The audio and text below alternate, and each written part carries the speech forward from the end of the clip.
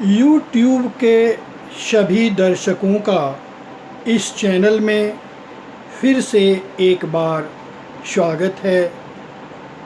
मज़दूरी क्या है, इसके संदर्भ में चर्चा करेंगे। जैसा कि कहा गया है कि कोई कर्मचारी मानसिक या शारीरिक श्रम करता है और श्रम के बदले उसे मूल्य की प्राप्ति होती है, तो उसे मज़दूरी कहा जाता है।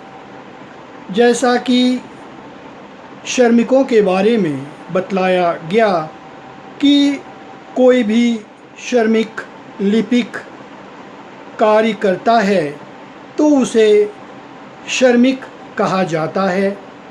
लेकिन व्यापक अर्थ में देखा जाए तो जो पदाधिकारी होते हैं, कार्यालय पदाधिकारी या बड़े बड़े पदाधिकारी होते हैं, उसे भी श्रमिक कहा जाता है, क्योंकि उसे श्रम के बदले मूल्य की प्राप्ति होती है।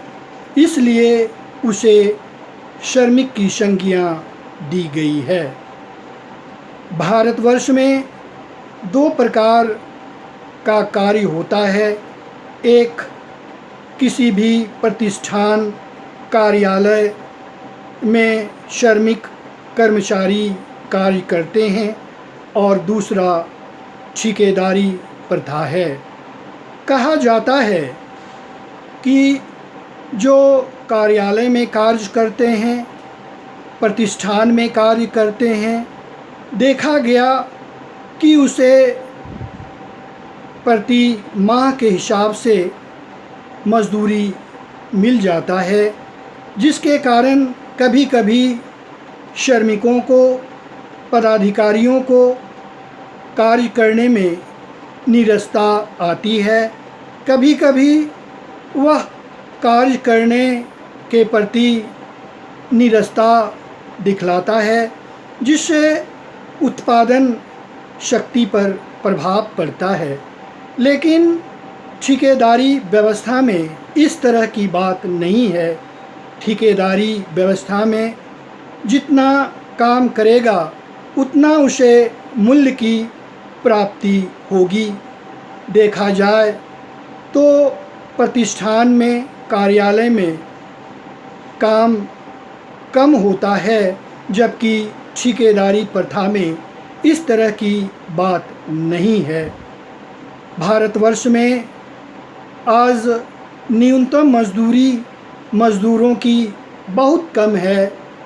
8 से 10 हज़ार प्रति माह, जिससे प्रति व्यक्ति आय की कमी होती है और परिवार चलाने में उसे काफ़ी समस्या का सामना करना पड़ता है। आवश्यकता इस बात की है कि मज़दूरों के लिए एक ऐसा उपाय किया जाए जिससे उनका और उनके परिवार के लिए सहायता मिल सके। हालांकि सरकार ऐसी योजना बनाई है जिससे मज़दूरों का लाभ होता है। उनके लिए आवास की व्यवस्था की गई है। उनके हेल्थ के लिए हॉस्पिटल की व्यवस्था की गई है, और देखा जाए तो समय समय पर बोनस भी देने की प्रथा है। फिर भी कहा जा सकता है कि मज़दूरों के लिए एक इस तरह का प्रयास होना चाहिए जिससे उनका विकास हो सके। प्राइवेट कंपनी में भी देखा जाता है कि मज़दूरों से अधिक कार्य लिया जाता है और वेतन के रूप में जितना देना चाहिए उतना मुनाफा उसे नहीं मिल पाता है, जिससे उसमें नीरसता की भावना जागृत होती है। इस तरह से अगर हम उनके कल्याण के लिए योजना बनाएंगे और तब उनका विकास हो सकता है और उत्पादन में वृद्धि हो सकती है। इसलिए आवश्यकता इस बात की है कि सरकारी क्षेत्र हो या प्राइवेट क्षेत्र हो, मज़दूरों की समस्या पर विशेष बात करने की आवश्यकता है। देखा जा रहा है कि बरसों से जो उसे तनख्वाह दी जा रही है उसमें बहुत सुधार नहीं हुआ है। आवश्यकता इस बात की है कि उसके सुधार के लिए प्रयास किया जाए। देखा जाता है कि गवर्नमेंट सेक्टर में कुछ हद तक समस्या का समाधान हुआ है, लेकिन प्राइवेट स्तर पर पूर्ण रूप से अभी भी समस्या बरकरार है।